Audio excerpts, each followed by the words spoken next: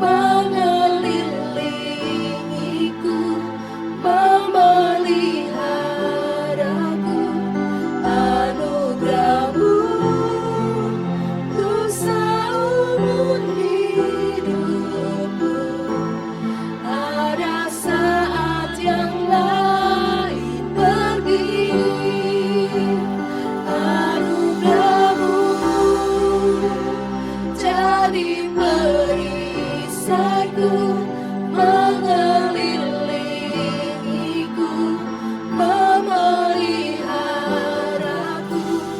Anugerah-Mu untuk seumur hidupku. Terjadi dalam hidupku. Anugerah-Mu jadi perisaiku, mengelilingiku, memeliharaku. Anugerah-Mu untuk seumur hidupku. Ada saat yang lain pergi, anugerah-Mu jadi perisaiku, mengelilingiku, memeliharaku. Anugerah-Mu untuk seumur hidupku.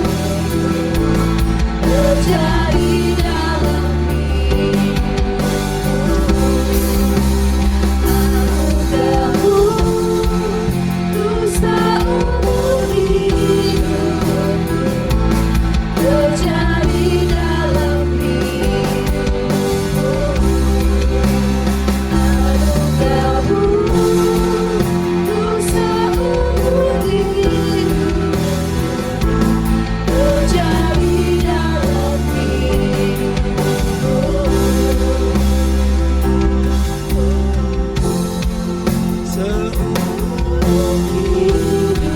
Terjadi dalam hidup. Terjadi dalam Sekali lagi katakan anugerah-Mu. Anugerah-Mu untuk seumur hidup. Terjadi dalam hidup.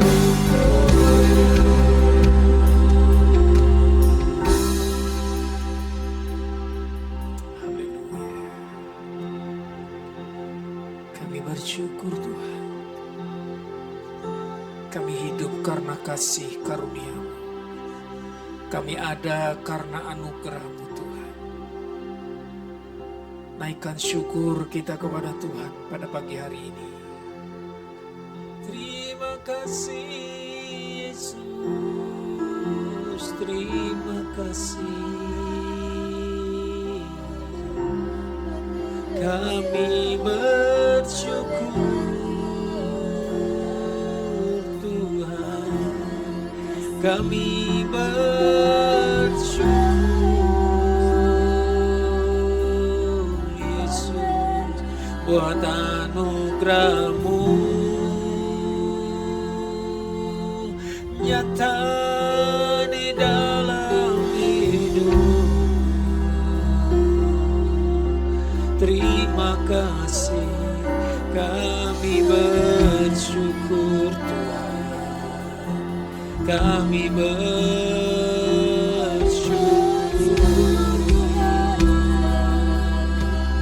Biarlah Kau penuhi kami dengan anugerah-Mu, melimpah semakin hari bertambah anugerah-Mu di dalam hidupku Tuhan. Terima kasih, ku bersyukur,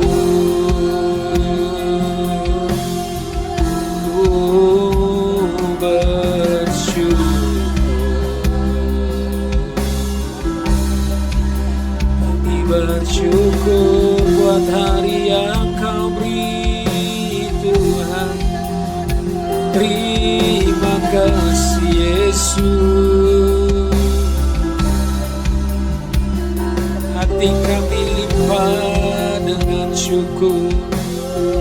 Hati kami limpah dengan syukur kepadamu. Sebab kasih anugerah-Mu yang terus menyertai kami. Terima kasih Yesus. Terima kasih.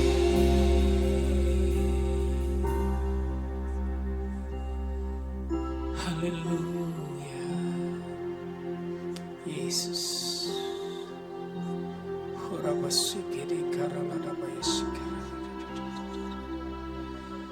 Dari hati yang paling dalam, kami menyadari kami hidup karena kasih karunia-Mu semata ya Tuhan. Itu sebabnya kami bersyukur, kami memuji dan menyembah Engkau tak henti-hentinya. Apapun keadaan yang kami hadapi, kami tetap untuk terus memuji dan menyembah. Menaikkan syukur kami karena kami punya Tuhan yang berdaulat. Kami punya Tuhan yang mengasihi setiap pribadi lepas pribadi. Kami ada hari ini pun itu pun karena kasih anugerah-Mu ya Tuhan. Terima kasih buat kesempatan yang masih Tuhan beri. Terima kasih buat semua kebaikan-Mu dalam hidup kami sepanjang minggu yang lalu sehingga hari ini. Kami kembali boleh bersama-sama bersekutu untuk memuji, menyembah. Sekarang Kau berbicara kepada kami melalui kebenaran-Mu Tuhan. Berfirmanlah kepada setiap kami. Kau pakai hamba-Mu dengan hikmat dan urapan dari Roh Kudus ada atas hamba-Mu. Dan karuniakanlah perkataan kebenaran dalam bibir mulut hamba-Mu ya Tuhan. Terima kasih Bapak. Terima kasih Tuhan Yesus. Berbicaralah. Kami siap untuk mendengar dan melakukannya dalam hidup kami. Dalam nama Yesus Kristus. Amin. Silakan duduk kembali Bapak Saudara dikasih Tuhan. Haleluya. Shalom. Salam sejahtera Tuhan yang menyertai semua kita Bapak Saudara dikasih Tuhan. Haleluya. Kita ada hari ini semua karena anugerah. Amin. Haleluya. Kita bisa sehat, kita masih datang beribadah, kita bisa memuji menyembah Tuhan. Itu kesempatan yang Tuhan masih beri bagi kita hari ini. Haleluya, hari ini kita akan merenungkan firman Tuhan. Bapak Ibu, kita akan belajar bersama-sama dari Matius pasal 22 ayat 34 sampai dengan ayat 40. Semua kita sudah tahu ayat ini Bapak Ibu tentang kasih. Kita belajar hari ini kasih sebagai prioritas utama dalam hidup orang percaya. Itulah yang menjadi landasan, menjadi dasar kehidupan iman percaya kita. Apalah artinya pencapaian kita, apalah artinya pelayanan kita yang berhasil sekalipun tanpa kasih itu. Hari ini kita belajar Bapak Ibu bagaimana kita bisa benar-benar menyadari, meresponi apa yang menjadi kehendak Allah dalam hidup kita. Melalui kasih-Nya yang begitu besar atas hidup saudara dan saya. Dia rela mati di atas kayu salib dengan cara yang sangat hina. Dengan cara yang tidak manusiawi. Dia lakukan itu bukan untuk kepentingan dirinya. Dia lakukan itu untuk kepentingan saudara dan saya. Supaya Anda dan saya beroleh keselamatan. Beroleh hidup yang kekal, saudaraku. Kalau kita melihat bagaimana Tuhan rela mati dengan cara yang seperti ini. Sesuatu yang gak mungkin bagi kita sebagai manusia. Dia rela membuat keputusan. Jadilah kehendak Bapa dan bukan kehendakku. Ini sesuatu yang luar biasa, keputusan yang berat Bapak Ibu. Dia bukan Tuhan ketika dia disalib, ingat itu. Dia manusia ketika dia disalib. Kalau ada orang bilang ini Tuhanmu disalib, bukan Tuhan. Sisi kemanusiaan yang disalib 100% kemanusiaannya. Itu sebabnya dia mencoba untuk tawar-menawar dengan Bapaknya. Karena begitu berat penderitaan yang harus dia lakukan di atas kayu salib Bapak Ibu. Kita bisa bayangkan Anda tertusuk duri satu saja, misalnya duri tanaman kah, duri ikan kah, Anda bayangkan sakitnya kayak apa Bapak Ibu ya. Pernah tertusuk duri? Apa meneh tertusuk paku kan Bapak Ibu ya. sampai di kepala nyut-nyuten kan? Anda bayangkan, Yesus dikasih mahkota dan mahkotanya mahkota duri. Tanaman yang berduri dianyam kemudian bukan diletakkan, mungkin ditekan, dipukul supaya itu nancep Bapak Ibu. Anda bisa bayangkan, baru sebagian kecil penderitaan yang dia lakukan, yang dia alami dalam hidupnya untuk saudara dan saya. Itu menunjukkan betapa besar kasihnya bagi saudara dan saya. Mari kita meresponi kasih ini Bapak Ibu. Ini yang mendorong kita untuk menyadar bagaimana hidup kekristenan itu tidak ada yang bisa dibandingkan dengan kehidupan orang luar sana. Kasih itulah yang mengikat kita. Yang membuat kita tidak akan pernah berkata, ya wes ogah aku jadi orang Kristen. Wes pindah wae gitu ya. Waduh rasanya kalau dengar yang lain, waduh enak, adem, tentrem. Itu hanya bohong Bapak Ibu. Hanya ada satu pribadi yang mengasihi manusia.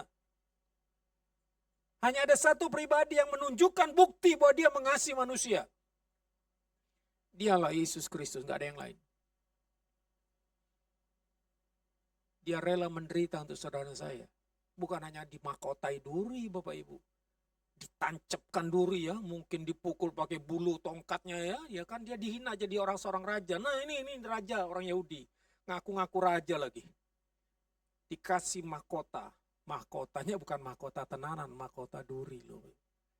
Kita tertusuk duri satu aja kayak apa ya, sakitnya kayak apa tuh sampai kepala nyut-nyuten ya, kalau Anda biarin kan. Anda bisa lihat Bapak Ibu penderitaannya, bukti kasihnya kepada kita. Jadi sesuatu yang gak masuk akal ketika kita tinggalkan Yesus hanya demi pasangan hidup yang tidak seiman, demi kekayaan, harta benda, karir, kedudukan, supaya dapat sesuap nasi, demi itu tinggalkan Yesus. Itu sesuatu yang sangat bodoh bagi manusia. Hidupmu dijamin di bumi dan di kekekalan. Alkitab sudah bilang itu. Jadi hari ini mari kita menyadari ini saudaraku. Ya, kita belajar ini. Baca dulu ayatnya. Baca bersama saya 2, 3. Ketika orang-orang Farisi mendengar bahwa Yesus telah membuat orang-orang Saduki itu bungkam, berkumpullah mereka. Dan seorang dari mereka, seorang ahli Taurat, bertanya untuk ngapain? Mencobai dia. Guru, hukum manakah yang terutama dalam hukum Taurat? Jawab Yesus kepadanya, kasihilah Tuhan Allahmu dengan segenap hatimu dan dengan segenap jiwamu dan dengan segenap akal budimu. Terus, itulah hukum yang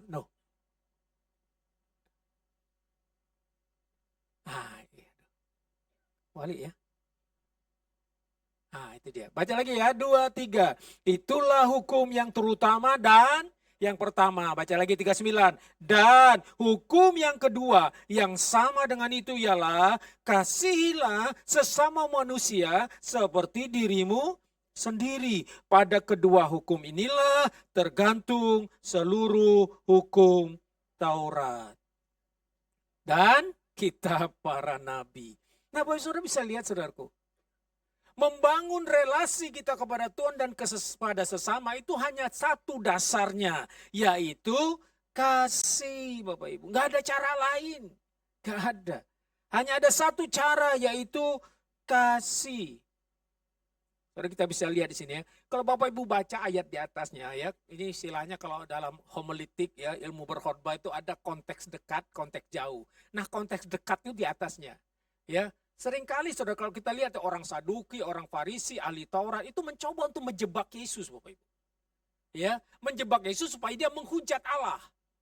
Ya, bisa enggak ya kalau Anda lihat yang lainnya? Wah, kalau ini seorang pria kawin dengan seorang wanita, kemudian prianya mati, dia bisa kawin dengan adiknya, kemudian prianya mati lagi, bisa kawin dengan adiknya, kemudian di sorga. Siapa suaminya? Itu kan pertanyaan-pertanyaan yang enggak mutu Bapak Ibu ya. Sorga cari istrinya ya, bingung dia. Saudara bisa lihat saudara, ada pertanyaan-pertanyaan jebakan yang dibuat oleh mereka yang iri dengan Yesus. Dan kemudian hari ini kita bisa baca nih. Kemudian pada ayat ini kita lihat lagi. Dia kirim siapa mereka? Mereka kirim seorang ahli Taurat loh, saudara. Oh, ahli loh itu, saudara. Ahli. Ya kan? Ahli. Ahli Taurat loh. Keren ya. Ahli Taurat nih yang tanya Yesus. Ya lihat ya. Nah, itu ya. Ya, orang Saduki sudah bungkam tuh karena dia menjebak Yesus, tapi Yesus malah menjawabnya dengan bijaksana sehingga mereka malu gitu ya. Dan kemudian apa saudara? Selanjutnya berkumpullah mereka ngapain? Dan seorang dari mereka, siapa itu? Seorang ahli Taurat. Bertanya untuk ngapain? Mencobai. Bukan bertanya untuk tahu, bukan. Mencobai Yesus. Menjatuhkan dia, saudara. Nah, kita lihat pertanyaannya Bapak Ibu ya. Ini pertanyaannya. Nah, ini dia. Pertanyaannya adalah, guru, hukum manakah yang terutama dalam hukum Taurat? Setelah orang-orang Farisi mendengar bahwa Yesus telah membungkam orang-orang Saduki, mereka mengirim seorang ahli Taurat untuk mengajukan pertanyaan tentang hukum yang terutama dan dengan tujuan mencobai dia. Dalam terjemahan lainnya mencobai, dalam terjemahan aslinya adalah mengindikasi niat untuk menguji Yesus hingga dia gagal. Itu yang dilakukannya.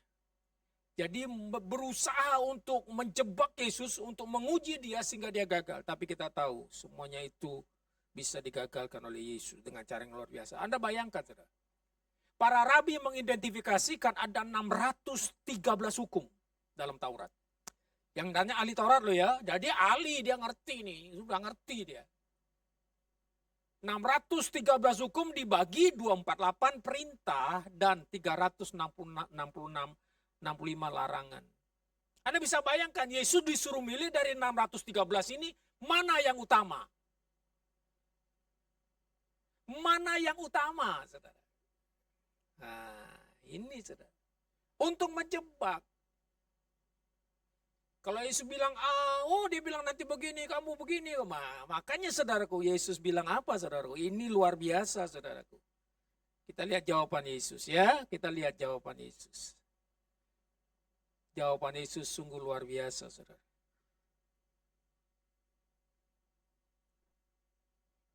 Ayat 37 berkata, Yesus menjawab pertanyaan 613 hukum ya. Dari 613 hukum mana yang utama? Waduh, kalau Yesus bilang yang ke-600, enggak bisa, harus yang ini. Nanti kalau Yesus bilang yang ke-50, dia bilang, enggak bisa. Nah, Yesus jawabnya luar biasa. Yesus menjawab ayat 37. Ini dari Ulangan pasal 6 loh. Ulangan pasal 6. Ayat 37 berkata, kasihilah Tuhan Allah.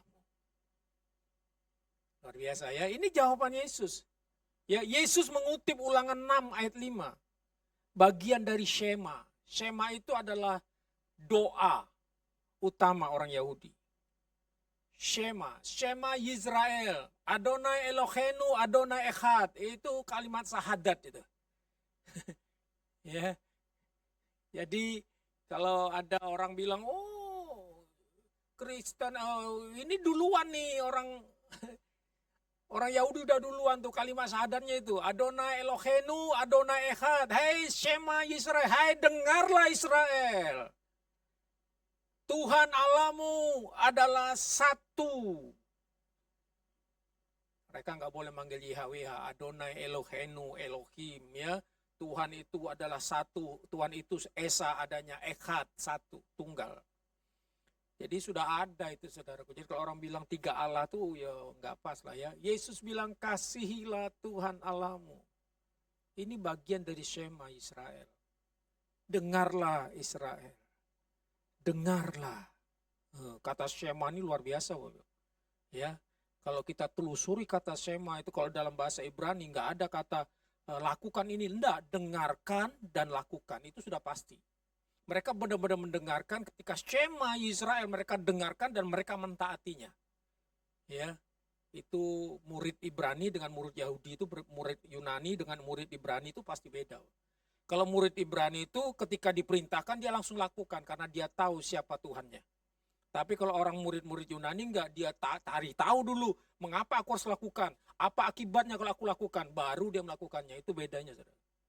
Makanya orang-orang Yahudi itu ya, orang-orang Ibrani itu, waduh saudara, ketaatannya luar biasa. Kita bisa lihat Sadrak, Mesak, Abednego, Daniel, bagaimana ketaatannya di tengah-tengah di pembuangan. Mereka tetap berkata, kami tidak akan menyembah patung yang Tuhanku dirikan. Itu dia dengar nih, Shema Yisrael, hanya ada satu Tuhan yang disembah.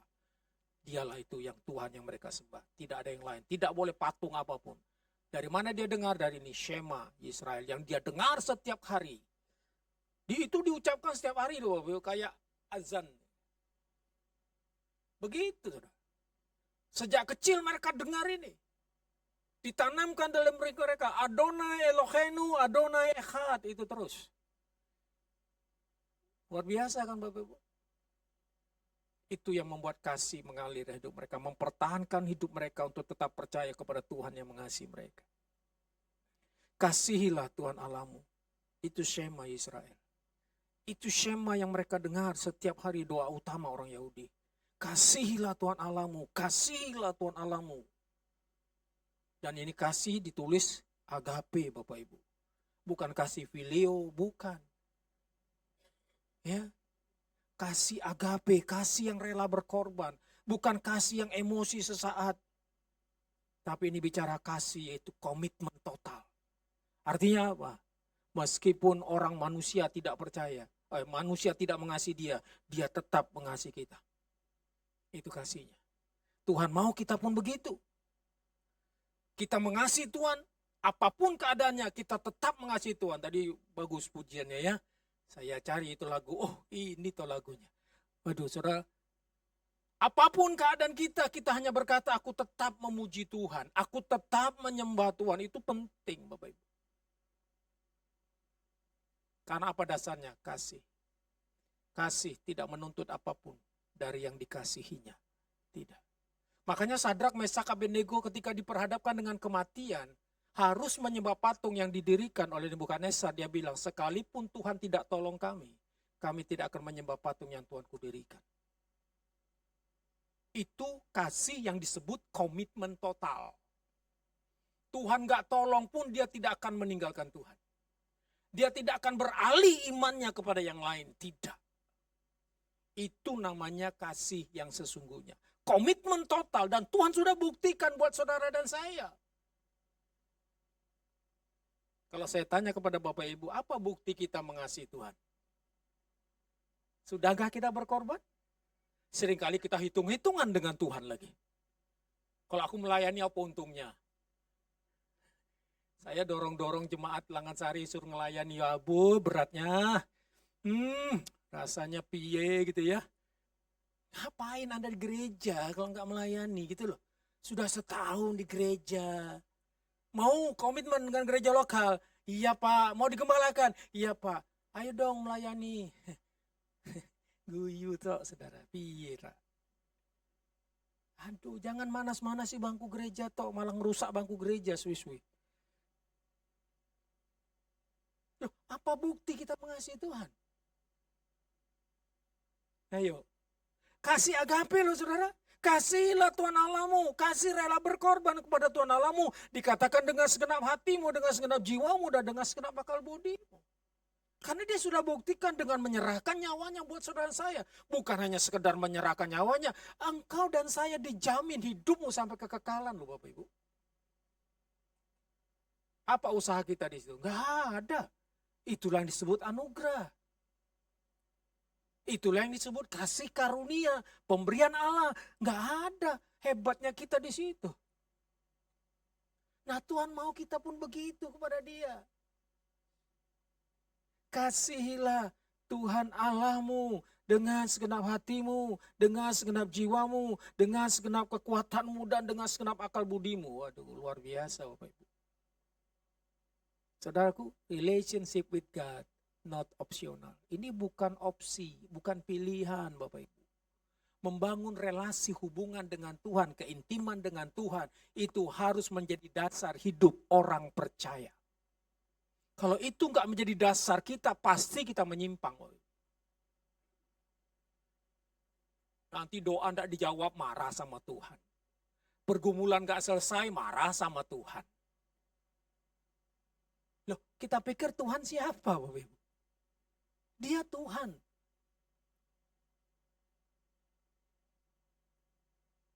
Dia Tuhan, loh, saudara. Dia yang berdaulat atas hidup saudara dan saya. Dia berhak menentukan apapun dalam hidup saudara dan saya. Kasih. Hubungan kita dengan Tuhan harus dibangun sebagai fondasi yang fundamental dalam hidup kita. Dasar kita mendirikan dan menegakkan kehidupan iman percaya kita. Sehingga tidak akan goyah di tengah apapun badai dan tantangan hidup saudara dan saya di bumi ini. Gak akan bisa digoyahkan. Mengapa? Karena Anda meletakkan fondasi yang benar. Yaitu kasih di atas segala-galanya. Kau lihat Yusuf. Lihat Paulus, Petrus, walaupun Petrus menyangkal ya Daud, walaupun Daud pernah berzina. Ya enggak ada saudaraku manusia yang enggak berdosa itu enggak ada yang suci. Tuhan pakai orang-orang yang sederhana, orang-orang yang pernah hidup dan jatuh dalam dosa. Tapi Anda lihat bagaimana mereka meletakkan dasar kasihnya ketika mereka bertobat. Anda lihat, bayangkan saudara. Luar biasa hidup mereka untuk Tuhan. Rela mati bagi Tuhan. Ya. Kalau Anda lihat kisah para rasul di akhir hidupnya, waduh matinya aneh-aneh, ada yang ditarik, ada yang digoreng, waduh saudara. Mereka dengan sukacita, ada yang bilang, aku nggak layak mati seperti Yesus, mati salibnya dibalikkan gitu Bapak Ibu. Makanya kalau ada salib terbalik jangan marah, biarin aja saudara. Itu Petrus, itu salib Petrus itu. Itu bukan ngejek salib Yesus, enggak, biarin aja, nggak masalah itu. Petrus salibnya begitu dibalik memang. Karena dia nggak layak salibnya seperti Yesus. Akhirnya dibalik. Thomas salibnya disilang. Ya. Mereka dengan sukacita menerima kematian seperti itu. Mengapa? Karena dia tahu Yesus yang dia sembah yang memberi jaminan hidup kekal bagi mereka. Mati adalah sebuah keuntungan, kata Paulus. Betul nggak? Loh, mati orang Kristen itu keuntungan loh Bapak Ibu. Anda nggak mikirin masalah listrik, masalah anak sekolah. Nggak masalah sakit, encok, rematik, diabetes, kolesterol, nggak masalah lagi. Makanya saya bilang kan, sering saya orang bilang ngaluh Pak, Ojo Pak, ngaluh Pak. Enggak, saya bilang sama Tuhan, kalau boleh aku 70 tahun aja Tuhan. Alkitabiah ya. Iya kan? Kalau 80 tahun kebanggaannya apa? Kebanggaannya ya capek, cenut-cenut, ya, sendi, ya itu kebanggaannya, nggak ada yang lain. 80 tahun berat hidup. Karena manusia berdosa, makanannya udah makanannya ngeri-ngeri ya, zat-zat kimia atau isinya. Yang kita makan racun, apa yang dimakan gitu kan. Kalau nggak hidup pola sehat, waduh. 70 tahun aja sudah selesai kan, enak kan? Selesai tugas tanggung jawab saya, selesai. Enak balik. Balik kampung. Loh ngapain Anda hidup di bumi? Kelamaan. Nyusahin orang lagi. Gantiin pamper. Salah, mau aku. Mau ganti mandi, si Beng weo, ngepleng ini. Maaf ya kalau ada yang enggak ya. Saya enggak mau begitu, saya sehat, khotbah, selesai dipanggil Tuhan. Kan enak ya, kayak Pak Stefanus lu ya. Waduh keren bro, seneng saya itu ya. Selesai, mengakhiri pertandingan dengan baik. Kalau engkau mengasihi Tuhan, kau pengen enggak ketemu dengan dia? Pengen dong. Kenapa Anda pengen mengasihi dunia, pengen tinggal di dunia 100 tahun lagi? Bahkan ada puisi, aku ingin hidup 1000 tahun. Oh bisa. Ngapain di bumi 100 tahun? Nanti ngerepotin keluarga saudara mah. Kasihan ya keluarga ya. Saya nggak mau ngerepotin keluarga. Saya hanya bilang Tuhan 70 tahun sehat-sehatnya itu balik saya. Mantap bro. Alkitabiah dong. Oh iya dong 70 tahun kalau kuat. 80. Berarti 70 boleh dong? Boleh. Ya kan? Saudara, mengapa? Relationship with God itu bukan opsi bagi kita. Itu yang harus kita terus kejar. Harus melekat kepada Tuhan. Intim dengan Tuhan. Masih jauh kita dari sempurna. Seringkali kita gagal, seringkali kita melakukan hal-hal yang mendukakan hati Tuhan. Tapi Dia tidak pernah meninggalkan saudara dan saya. Itu namanya komitmen total. Meskipun manusia tidak setia, Dia tetap setia. Nah, Tuhan mau kita pun begitu. Kalaupun Tuhan tidak jawab doa kita, kita tetap setia dan tetap berkata, Tuhan Engkau baik. Itu yang harusnya ada dalam hidup saudara dan saya. Jangan curigai Tuhan, Bapak Ibu. Aku nih pelayanan loh Tuhan. Tapi kok hidupku ngene-ngene tok. Ada sesuatu yang berbeda. Harusnya. Mengapa itu? Koreksilah diri kita masing-masing. Kalau Tuhan izinkan itu pasti itu hanya sementara. Bukan untuk selama-lamanya Anda ada di dalam lembah bayang maut. Enggak. Kalaupun kita harus ada di lembah bayang maut, percayalah Tuhan ada di sana. Dia bersama kita dan tidak pernah meninggalkan kita. Bangun relasi kita dengan Tuhan. Itu bukan pilihan, Bapak Ibu. Apalagi kita pelayan ya. Waduh, pelayan-pelayan Tuhan. Kalau kita gak bangun relasi hubungan kita dengan Tuhan, dari mana pelayanan kita? Hanya dari diri kita sendiri. Bukan keluarnya dari Tuhan, bukan pengurapannya keluar dari Tuhan. Sehingga akhirnya ya pindah gereja, pindah sana, pindah sini. Oh, di sana saya sudah melayani. Bukan soal melayaninya. Soal keintimanmu yang kau bangun dengan Tuhan, sehingga apa yang Tuhan kehendaki, itu yang kita lakukan. Bukan apa yang kita mau, saudara. Ketika Anda bangun relasimu dengan Tuhan, semakin kau bangun relasimu dengan Tuhan, dunia tidak akan menarik lagi buat saudara. Segala godaan dan tawaran dunia ini nggak menarik lagi buat saudara saya. Seperti Daud bilang apa? Tidak ada yang kuingini di bumi, hanya Engkau Tuhan. Sekalipun dagingku dan hatiku habis lenyap, hanya Engkaulah sandaranku satu-satunya. Gak ada lagi yang Anda mau inginkan di bumi ini. Saya sudah pernah sampai kepada saudara mungkin ya, saya lupa juga ya. Ya, Mazmur berkata, Tuhan adalah gembalaku, takkan kekurangan aku. Saudara, dalam bahasa aslinya itu apa? Tuhan adalah gembalaku, tidak ada yang kuinginkan. Piye, saudara? Gak ada lagi yang dia inginkan, gak ada. Cukup Tuhan gembalanya. Harusnya kita tuh sampainya di situ, Bapak Ibu. Godaan dunia nggak menarik buat nehi. Nggak ada yang menarik. Hanya Dia yang menarik. Mau semakin kau kenal Dia, semakin kau sayang Dia. Bagaimana kita bisa mengasihi Tuhan kalau kita nggak pernah membangun persekutuan kita dengan Tuhan. Merindukan untuk mengenal Dia lebih lagi. Nanti kita nyanyi ya. Lebih dalam lagi, ku rindu Kau Tuhan. Lagu lama Pak. Lah iya, lagu lama tapi itu harusnya menjadi doa kita. Kerinduan untuk kenal Dia, semakin kau kenal Tuhan, semakin engkau mengasihi Dia. Jelas itu, nggak mungkin. Dunia aja berkata tak kenal, maka tak sayang. Bagaimana kita bisa berkata aku mengasihi Tuhan? Baca firman ya enggak, doa ya enggak, ibadah ya enggak, menyembah memuji Tuhan enggak, bangun persekutuan dengan Tuhan enggak. Piye caranya Anda bisa mengasihi Tuhan? Dunia ini lebih menarik Bapak Ibu. Bagi daging saudara dan saya. Bagi kesenangan-kesenangan hidup kita, dunia ini sangat menarik Bapak Ibu. Dia tawarkan segala cara untuk menyenangkan manusia. Dan percayalah, ingatlah saudara, dunia akan membuat kita jauh dari Tuhan. Ketika engkau tenggelam di dalamnya, maksud saya.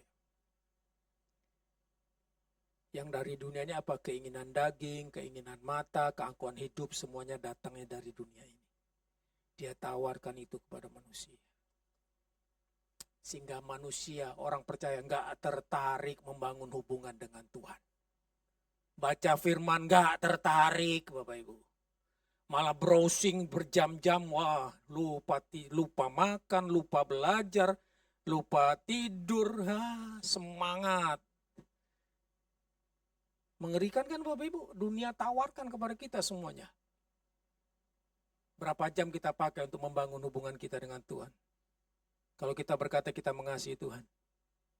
Kalau Anda sedang berpacaran, Anda pengen ketemu. Ketika ketemu sudah 1 jam.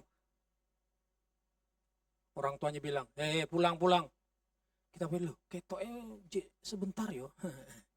Sebentar. Karena kau mengasihinya. Coba kalau nggak mengasihinya, suwimen kau metu, pulang. Coba kalau kau mengasihi, sejam rasanya 1 menit gitu. Loh, bagaimana bukti kalau kita mengasihi Tuhan? Waktu kita dengan Tuhan aja nggak ada.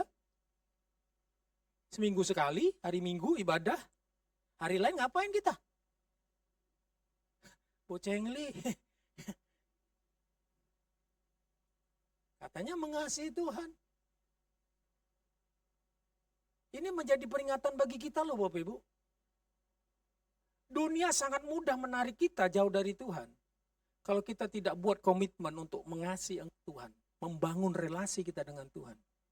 Dunia sangat mudah menarik saudara saya. Sangat mudah. Muridnya aja di ring satunya Yesus saja bisa mengkhianati Yesus. Apalagi Anda dan saya nggak pernah lihat Yesus. Betul ya? Muridnya aja tuh loh. Model Yudas, Petrus, yang lainnya ketika Yesus disalib. Mana? Lari semua cari kenyamanan masing-masing. Itulah gambaran hidup orang percaya. Kalau kita sadar ini bahwa manusia itu sangat rapuh. Manusia itu sangat mudah goyah, butuh yang namanya Tuhan pegang hidupmu dan hidupku. Kalau kita yang pegang Tuhan, Anda bisa lepaskan Tuhan. Minta Tuhan pegang hidupmu setiap hari. Makanya dibangun relasimu dengan Tuhan, Bapak Ibu. Mulai buat komitmen total. Sediakan waktu untuk Tuhan bersama-sama. Ya tentunya setiap hari kita berjalan bersama dengan Tuhan, tapi waktu bersama Tuhan, waktu kita bersekutu baik secara pribadi, korporat, bersama-sama di tempat ini, atau dalam keluarga, bangun itu Bapak Ibu. Gak bisa tidak. Ini hukum yang utama, ini perintah yang utama dan yang terutama. Kasihilah Tuhan Allahmu. Dengan apa? Lihat tuh.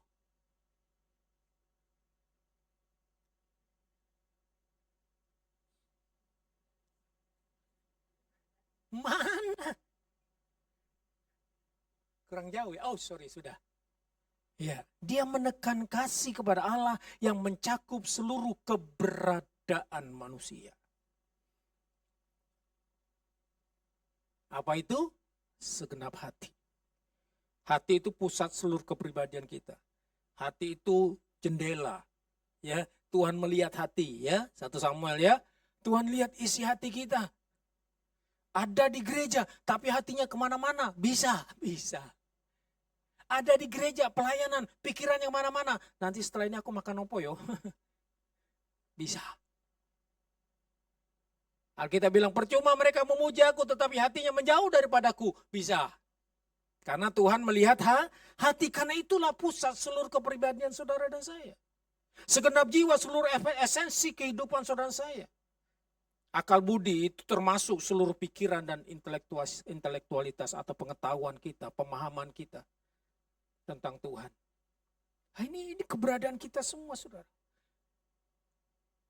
Bukan hanya tubuh ada di gereja, tapi seluruhnya sepakat hari ini aku mau datang beribadah untuk menyembah Dia. Untuk menaikkan syukur karena aku hidup semua karena anugerah Tuhan. Wah itu kalau begitu semua kita luar biasa, saudara. Sepakat 2-3 orang yang seluruh keberadaannya datang untuk mengasihi Tuhan. Dahsyat. Karena Tuhan lihat hati. Kita jalani hidup kekristenan kita agamawi atau relasi. Hubungan dengan Tuhan atau hanya sebatas agama yang kita jalankan. Tuhan yang tahu. Kita juga tahu sebenarnya Bapak Ibu. Agamawi tidak akan pernah membuat kita bertumbuh dalam pengenalan kita akan Tuhan, gak ada. Semua hanya menjalani kewajiban, bukan kerelaan dan sukacita untuk datang kepada Tuhan. Gak harus didorong-dorong untuk datang kepada Tuhan. Ada kerinduan yang dalam, waduh kapan hari Minggu, kapan komsel gitu ya. Waduh, itu pengennya mengenal Tuhan lebih lagi, pengennya cari Tuhan lebih lagi, pengennya melayani Tuhan. Wah itu. Nanti kita akan lihat ya ayat terakhir ya. Dan yang kedua, sama Bapak Ibu. Jawab Yesus yang kedua ayat 39. Kasihilah sesamamu manusia seperti dirimu sendiri. Ini bicara semuanya relasi. Bukan agama, bukan.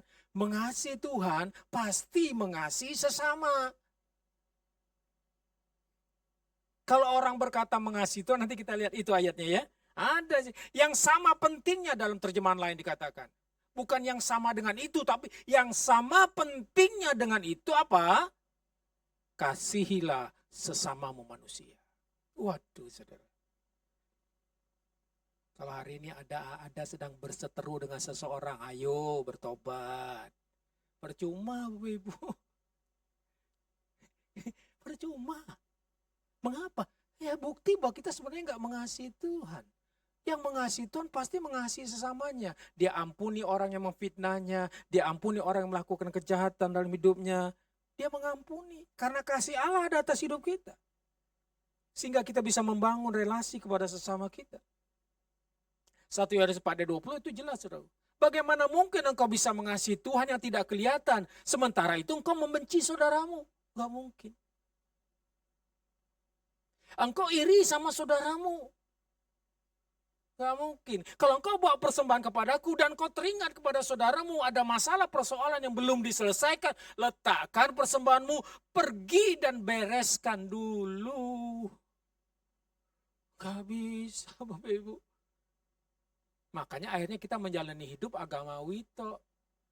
Tapi gak terbukti dengan hidup kita yang benar-benar berubah. Yang bisa mengasihi sesama.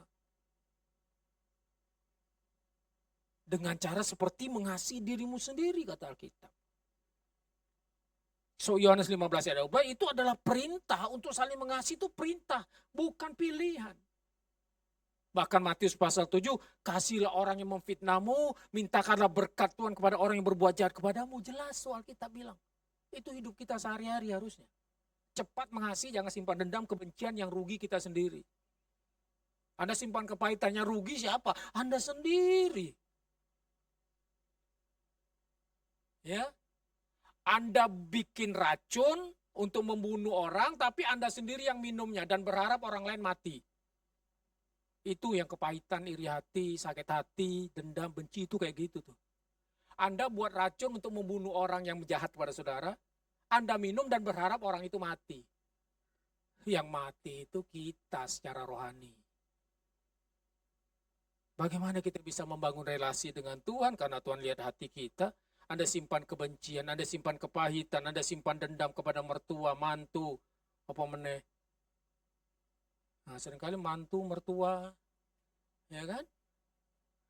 Kepada teman kerja yang jegal Anda nggak bisa naik, dia jegal, dia fitnah Anda, wah Anda sakit hati, wah Anda marah, benci, udah selesai tuh.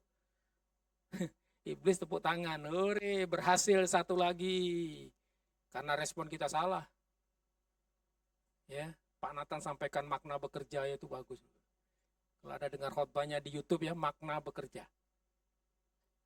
Wah, Anda dimanapun berada, apapun keadaan, Tuhan sedang bekerja untuk menyatakan kuasanya atas hidup saudara. Sebenarnya. Jadi kita bekerja itu bukan hanya cari gaji, bukan. Di situ ada maksud Tuhan mengapa Anda di sana. Itu ya, lain perkara. Jadi standarnya apa? Mengasihi seperti engkau mengasihi dirimu sendiri. Itu standarnya. Gak ada cara lain Bapak Ibu. Bagaimana kita mengasihi diri kita, begitu harusnya kita mengasihi sesama kita. Tuhan buktikan bagaimana dia mengasihi manusia seperti saudara saya yang memberontak ini. Yang dosanya ya ampun, melanggar terus, berontak terus, ya selingkuh terus. Masih di gereja tapi selingkuh dengan dunia. Masih melayani, wah tapi dengan dunia, waduh luar biasa. Berkhianat terus ya kita ya. Tapi Tuhan gak bisa berubah kasihnya. Kalau dia berubah kasihnya, dia bukan Allah. Allah adalah kasih. Nah, tapi jangan sampai kesempatan ini yang kita buat untuk kita hidup dalam dosa. Satu kali Tuhan bilang, Tuhan gak bisa dipermainkan Bapak Ibu. Suatu kali ketika pintu anugerah tertutup, selesai kita. Anda bayangkan ya, Yudas tuh sampai terakhir di Getsemani, Tuhan tuh ingin agar dia bertobat. Hei teman, dia bicara apa teman? Itu bicara sahabat loh saudara. Hei, kau datang kepadaku dengan pedang. Aku selama ini ada di mana-mana kok. Dadak pakai pedang tuh ngapain gitu. Hei, sobat bro. Dia masih menerima Yudas sebagai sahabatnya. Bayangkan saudara. Enggak juga bertobat dia. Jangan bilang Yudas jadi tumbal. Salah lo saudara. Unda lo sampai terakhir detik di Getsemani. Tuhan berharap dia bertobat. Dia panggil Yudas sahabat, bukan musuh. Tuhan tahu kan sejak perjamuan kan sudah Tuhan tahu tuh ada yang berkhianat. Sudah kasih tahu, itu peringatan sebenarnya. Tapi Yudas gak peduli. Bukan aku ya Rabi. Di Getsemani terakhir ketika dia datang dengan para prajurit. Dia panggil, hei teman. Dia sahabatnya, dia panggil sahabatnya. Piye? Padahal yang mengkhianati Yesus. Supaya dia bertobat. Karena Yesus itu menerima siapapun juga. Sejahat apapun engkau ketika kau datang pada dia terima kita. Dia menerima Yudas sampai akhir. Dia mau dan berharap Yudas bertobat. Tapi Yudas enggak. Setelah itu baru sadar. Dia jual Yesus hanya seharga seorang budak. 30 keping uang perak. Itu harga seorang budak. Nangis tadi tapi nggak menyesal, hanya menangis, kemudian nggak bertobat, malah gantung diri kan. Yang terakhir, jadi ingat Bapak Ibu, hanya 2 hukum yang penting dalam hidup saudara saya. Mengasihi Tuhan, dibuktikan dengan mengasihi sesama, nggak ada cara lain. Tidak bisa, Bapak Ibu kalau kita tidak mengasihi sesama, jiwa-jiwa di sekitar kita yang belum bertobat, aduh tidak dikasih piye saudara. Bahkan itu mungkin keluarga kita, suami atau istri kita yang belum bertobat, anak-anak kita yang sudah jauh dari Tuhan. Anda kalau nggak minta belas kasihan Tuhan, menangisi mereka, merendahkan diri, berpuasa, merendahkan diri, mohon belas kasihan Tuhan. Sebelum dia datang, keluargamu boleh diselamatkan. Itu namanya mengasihi jiwa-jiwa. Itu yang Tuhan mau. Kasihi jiwa-jiwa di sekitar. Anak mantu kita yang meninggalkan Tuhan. Ya biarin aja Pak, dia sudah besar. Enggak. Jangan saudara, doakan mereka. Kalau sudah terlanjur saudara. Kalau belum doakan supaya itu tidak terjadi Bapak Ibu. Menikah dengan pasangan yang tidak seiman. Yang seiman aja susah pun yang tidak seiman. Iya kan? Di tempat kami itu ada Bapak Ibu, ada 6 pasangan itu enggak seiman, berat kan hidupnya. Mau doa, pas doa diganggu, dicutik-cutik, aduh, ngeri kan? Rebutan anak, hari ini ke gereja, besok ke tempat yang lain. Nah gitu, kasihan anak bingung, aku mainin dia. Berat Bapak Ibu. Keputusan yang fatal itu. Ya sudah terlanjur mau dipisah, nggak bisa kan? Kecuali pihak yang tidak percaya yang memisahkan diri silakan gitu kan. Nggak masalah. Kita lihat ayatnya ya, Wahyu 2 ya sebagai peringatan buat kita. Wahyu 2 ayat 2 sampai 4. Baca, bisa kelihatan ya? Kelihatan nggak Bapak-Bapak yang di belakang? Kecil banget ya. Ini proyektornya di setel nih harusnya nih. Kok bisa ngembang ini lah. Kayak kasih bayangan aja. Di setel. Itu kurang fokus soalnya. Ya. Kalau enggak ganti baru. Ya Bu. Bagus ya. Kasihan nih bacaan ini. Masih bisa lihatan puji Tuhan lah. Anda masih lihat puji Tuhan ya. Ya. Baca ya Bapak Ibu ya. Sampai N4 ya. N4 ya. 2, 3. Aku tahu segala pekerjaanmu, baik jeripayamu maupun ketekunanmu. Aku tahu bahwa engkau tidak dapat sabar terhadap orang-orang jahat, bahwa engkau telah mencobai mereka yang menyebut dirinya rasul, tetapi yang sebenarnya tidak demikian. Bahwa engkau telah mendapati mereka pendusta. Ayat 3. Dan engkau tetap sabar dan menderita oleh karena namaku. Keren ya. Dan engkau tidak mengenal. Ayat 4. Ayat 4. 2, 3. Namun demikian aku. Karena. Tuhan mencela lu. Terjemahan sederhana Indonesia. Iya benar terjemahan sederhana Indonesia. Nih, ayat 4 ya, ayat 4 ya. Baca ya, ayat 4 di bawahnya. 2, 3. Tetapi satu hal yang membuat aku terhadap kalian. Apa itu? Kalian tidak lagi mengasihi aku dan saudara-saudari seimanmu. Seperti pada waktu kalian baru percaya kepadaku. Aku kecewa. Kalian telah meninggalkan kasih yang mula-mula. Kau sudah tidak lagi mengasihi aku. Hanya aktivitas. Ini jemaat luar biasa loh saudara. Tahu ini ngajar nih sesat apa enggak? Tahu loh jemaat. Keren tau tuh. Berarti kan jemaat sudah ngerti firman ini. Dia tahu, kamu nih rasul palsu. Tahu. Mereka bekerja melayani luar biasa. Tuhan tahu jerih lelah mereka, jerih payah mereka. Tuhan tahu, ngerti.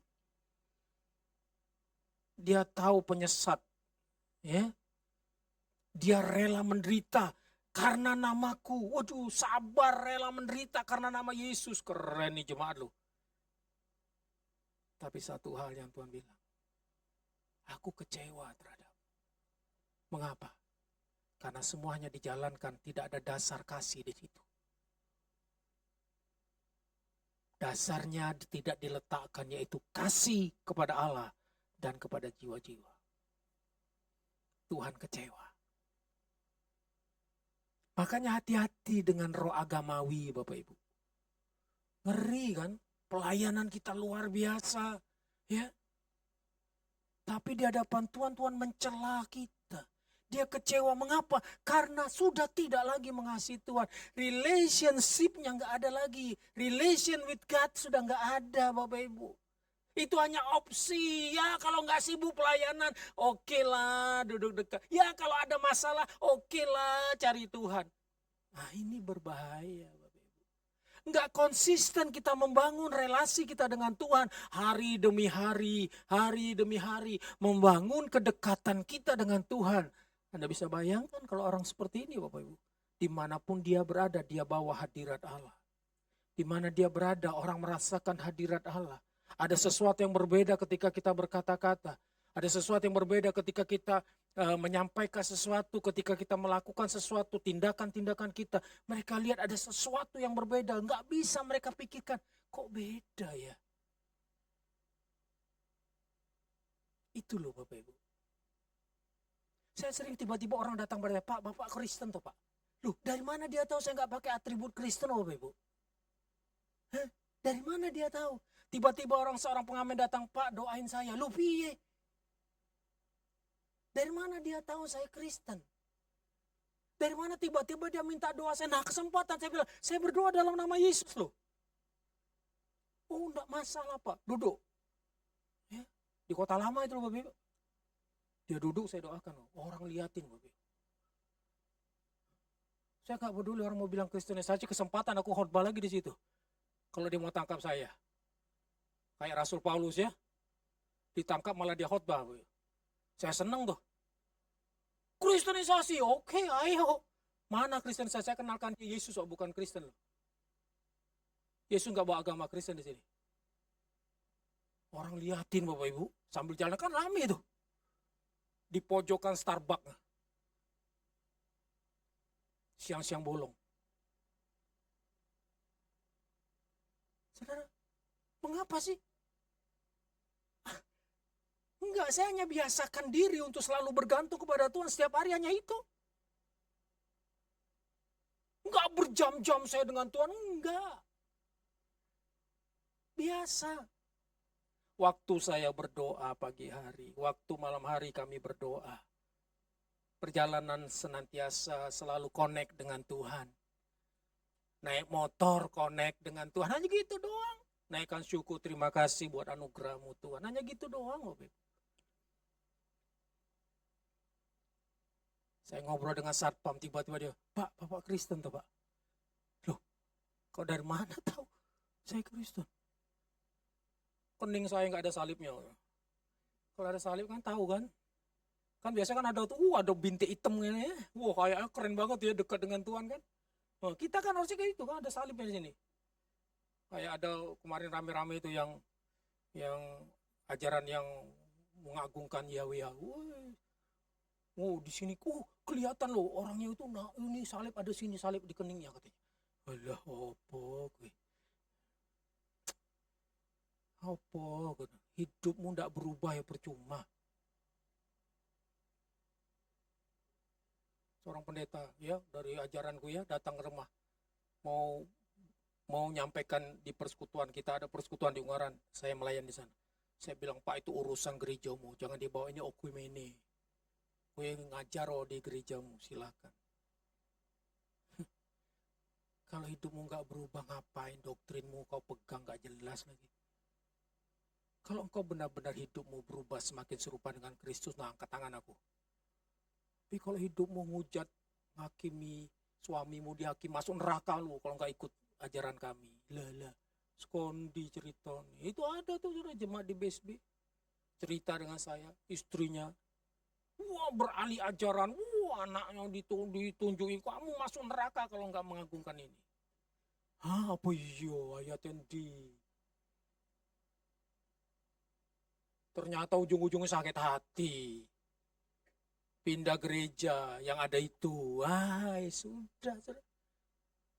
Mana bukti kasih kita? Kita tunjuk hakimi orang lain yang tidak ikuti ajaran kita. Mana kasihnya? Mana mengasihi sesama? Anda hakimi sesama kok mengasihi. Yesus pernah menghakimi kita?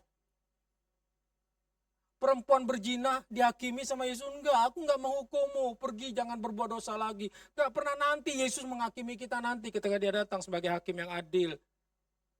Dia berhak untuk menghakimi kita, tapi dia tidak lakukan gitu. Kok kita manusia menghakimi sesama kita? Kok enggak ikut ajaranku masuk neraka lo? Ya, skondi Pak. Bu, saya bilang tenang aja Mas, doakanlah istrimu.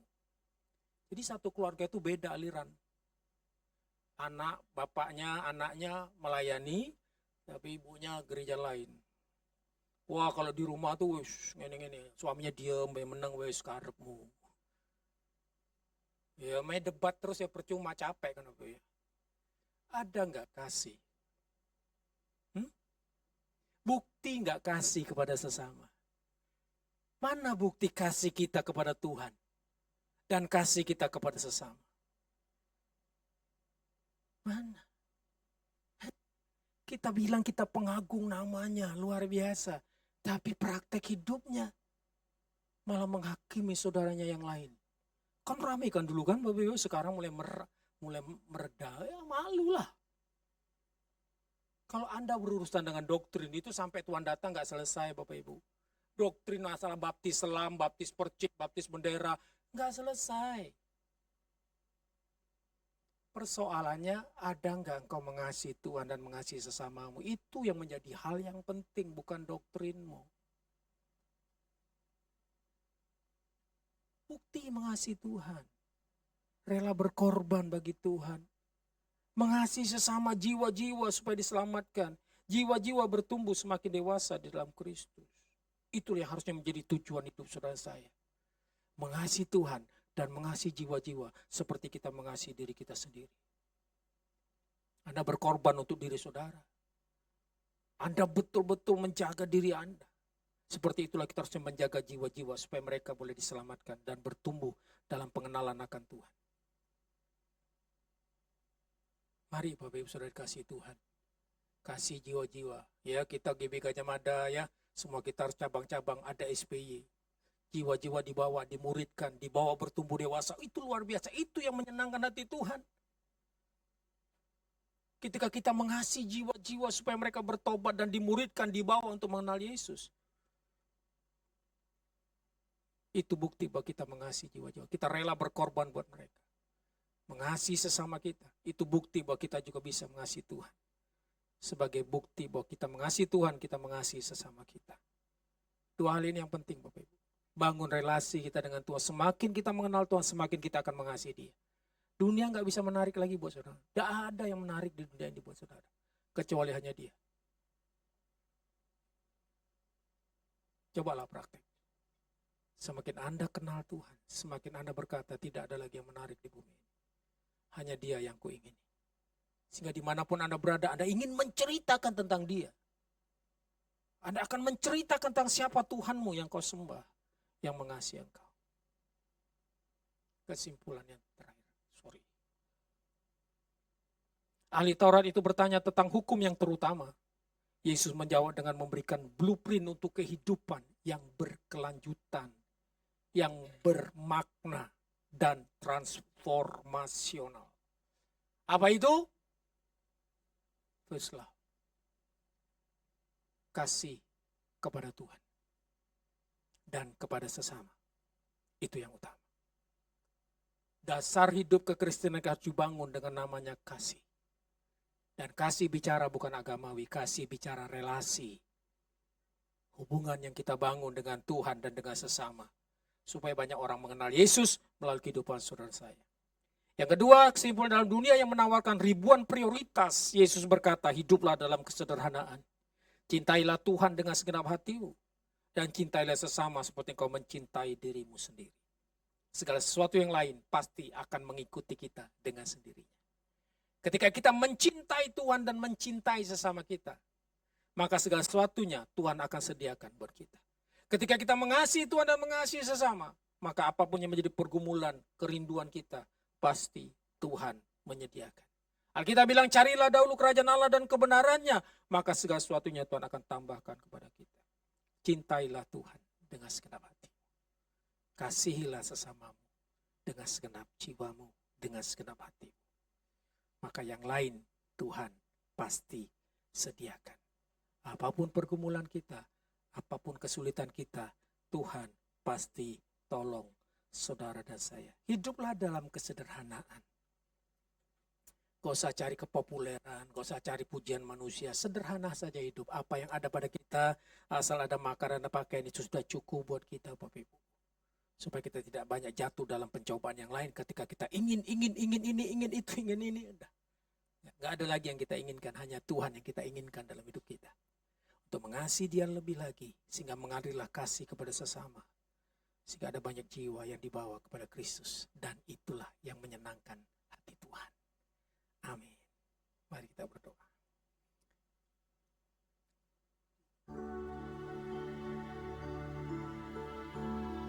Lebih dalam lagi ku rindu Kau Tuhan, lebih dari segala yang ada,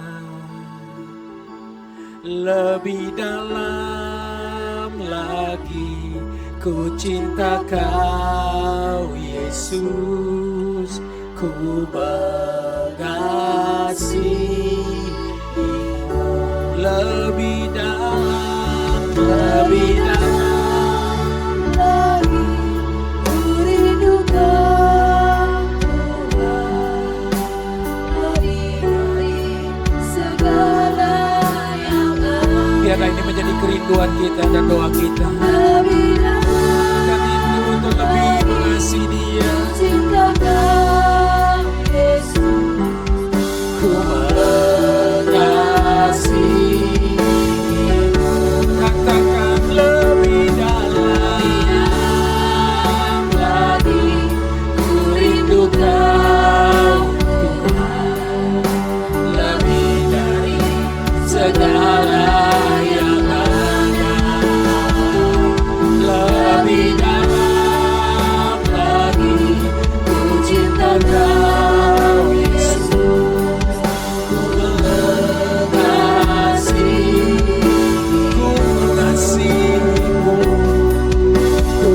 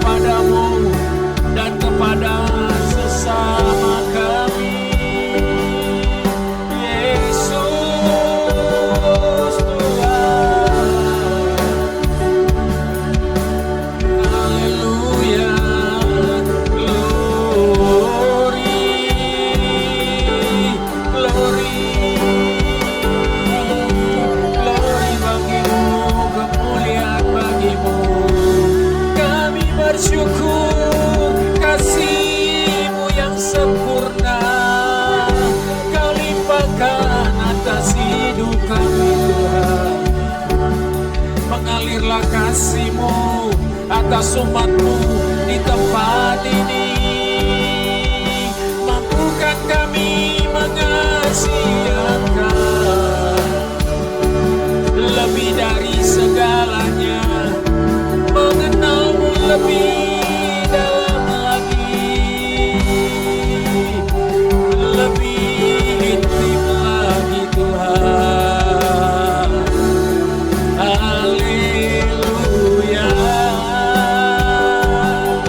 glory, haleluya.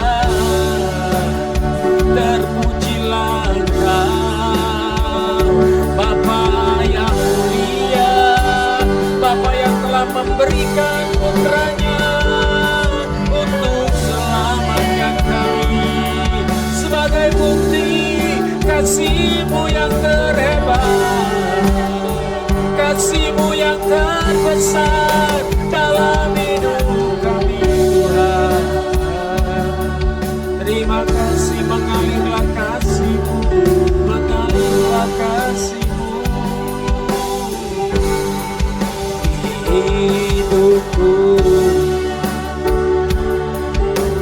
Ya Yesus, berkaryalah Roh Kudus. Oh, bukakan pikiran dan hati kami, penuhi dengan kasih ilahi, supaya kami bisa mengasihi dan mengasihi sesama kami. Terima kasih, terima kasih, terima kasih, oh Yesusku. Haleluya. Bawa kami lebih dalam lagi Tuhan, untuk mencintai-Mu, mengasihi, sampai tidak ada lagi yang kami ingini di bumi, hanya Engkau saja Tuhan.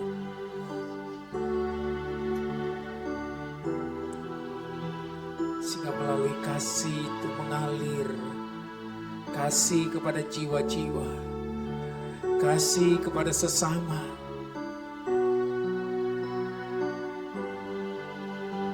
Terima kasih Bapak. Materaikan firman dalam hati kami. Membangun relasi kami dengan Tuhan adalah hal yang sangat fundamental dalam hidup kami. Meletakkan dasar iman percaya kami oleh karena kasih Allah yang begitu besar atas kami. Dan tolong kami untuk meresponi kasih ini, supaya kami juga mengasihi Engkau dengan kasih agape, kasih yang rela berkorban, kasih tanpa syarat apapun. Kami diselamatkan, kami beroleh hidup yang kekal, itu adalah anugerah. Itu sudah cukup bagi kami ya Tuhan. Terima kasih. Apapun pergumulan kami hari-hari ini, umat-Mu di tempat ini, kuatkan dan teguhkan iman percaya kami. Untuk kami berkata, Engkau tetap baik Tuhan. Engkau Tuhan yang mengasihi kami. Dan Engkau tidak pernah tinggalkan setiap kami. Engkau menyertai, Engkau menopang, Engkau memberikan kekuatan bagi kami untuk melewati setiap apapun badai kehidupan yang kami harus hadapi oleh karena seizin Tuhan. Bukan karena kesalahan dan pelanggaran kami.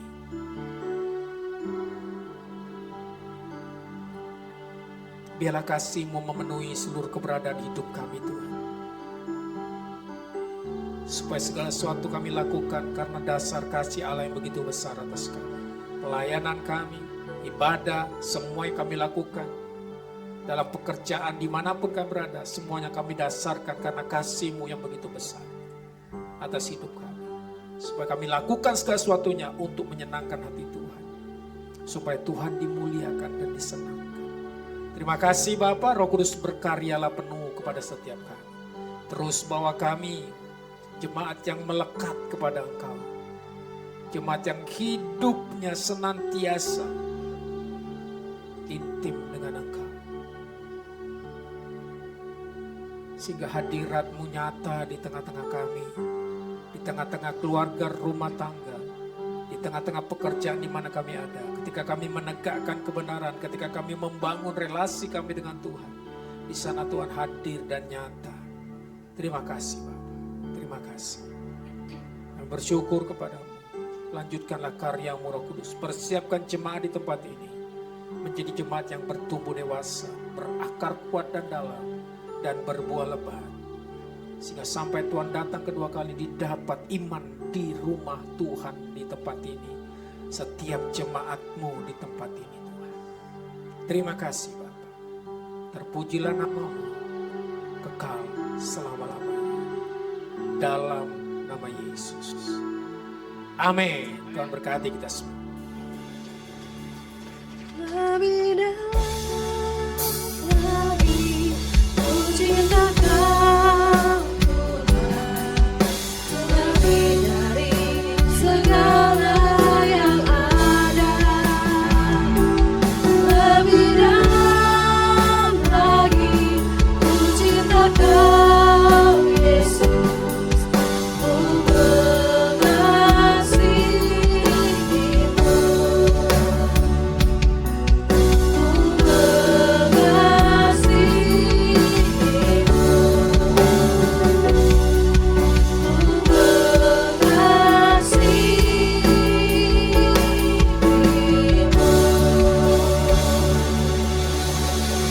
Benar Tuhan, bahwa kami mengasihi Engkau Tuhan lebih dari segala-galanya Bapa.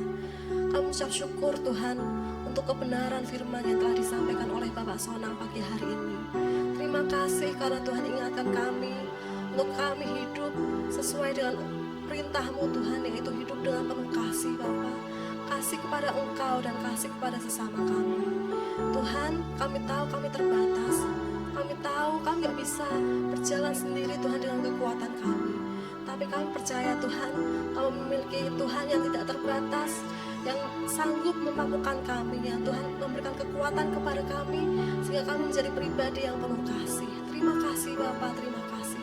Dan kami juga berdoa untuk hamba-Mu Bapak Sonang Bapak. Kiranya Tuhan memberkati beliau lebih lagi. Apapun yang beliau kerjakan Tuhan, buat berhasil dan beruntung. Kemanapun beliau berada Tuhan, biarlah tangan kuat kuasa-Mu yang selalu menopang menyertai beliau dimanapun beliau berada. Kau berkati kesehatan keluarganya Tuhan. Terima kasih Bapak, sehingga dimanapun beliau berada juga banyak jiwa-jiwa yang dimenangkan Tuhan. Terima kasih Bapak, terima kasih. Segala pujian, hormat, kemuliaan hanya bagi nama Tuhan. Haleluya, amin. Sebelum kita menyaksikan tayangan pengumuman kegiatan seminggu ke depan, saya menyambut dengan hangat barangkali ada Bapak, Ibu, Saudara yang baru pertama kali hadir, boleh lambaikan tangannya atau bangkit berdiri. Puji Tuhan, kita sudah mengenal satu sama lain dan kita adalah jemaat-jemaat yang setia. Dan biarlah kita terus bertumbuh bersama di GPI Jumblang ini.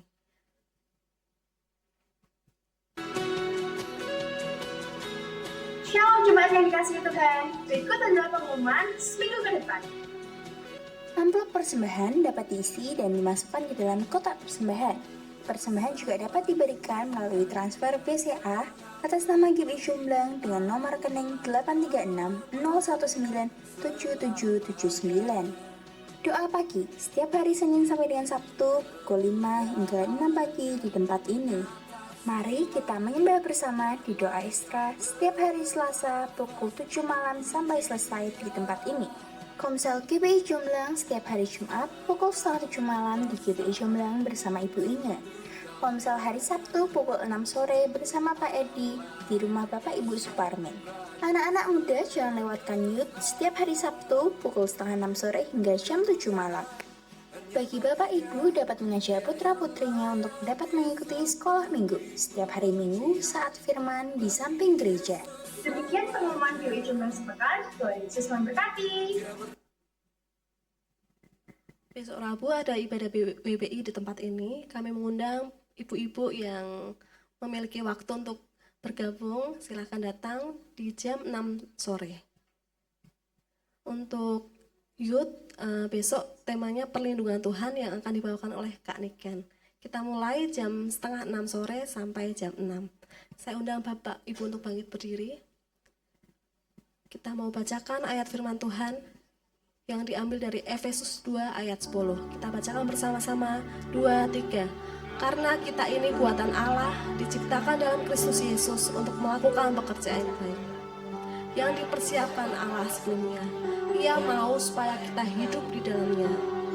Kita angkat tangan kita perkatakan iman kita. 3, 2. Aku percaya bahwa aku adalah hasil karya Allah. Aku diciptakan dalam Kristus untuk sebuah misi. Aku tidak hidup bagi diriku sendiri. Aku mau menjadi berkat, mengangkat yang tak berdaya dan menyalurkan kasih-Nya kepada sesama. Amin. Kita genggam tangan kita ucapkan yel-yel kita dengan penuh semangat. Jemaat GBI Jomblang, lebih antusias, lebih sini, lebih putih. Yes, yes, yes. Dan berkah Tuhan, kasih setiamu Tuhan, rahmat-Mu tak pernah habis dari hari-hariku. Nama-Mu yang perkasa, besar kejayaan-Mu, selalu menopang hidupku, selalu pegang erat tangan-Mu. Tak batas sudahan, kasih setiamu Tuhan, rahmat-Mu tak pernah habis dari hari-hariku. Nama-Mu yang perkasa, besar kejayaan-Mu, selalu menopang hidupku, selalu pegang erat tangan-Mu. Sorakan haleluya. Haleluya. Puji Tuhan. Baik Bapak Ibu, kita terima berkat Tuhan. Suami istri bisa bergandengan tangan. Aminkan setiap berkat Tuhan yang disampaikan. Bapak Ibu Saudara adalah orang-orang yang diberkati Tuhan. Diberkatilah hidup pernikahanmu dan seluruh isi rumah tanggamu. Diberkatilah anak-anakmu. Diberkatilah orang tuamu. Diberkatilah pekerjaan tanganmu. Diberkatilah studimu. Diberkatilah masa depanmu. Diberkatilah kesehatanmu dan panjang umurmu. Diberkatilah keluar masukmu. Diberkatilah engkau dengan berkat yang berlimpah-limpah dari Allah Bapa, Allah Putra, dan Allah Roh Kudus.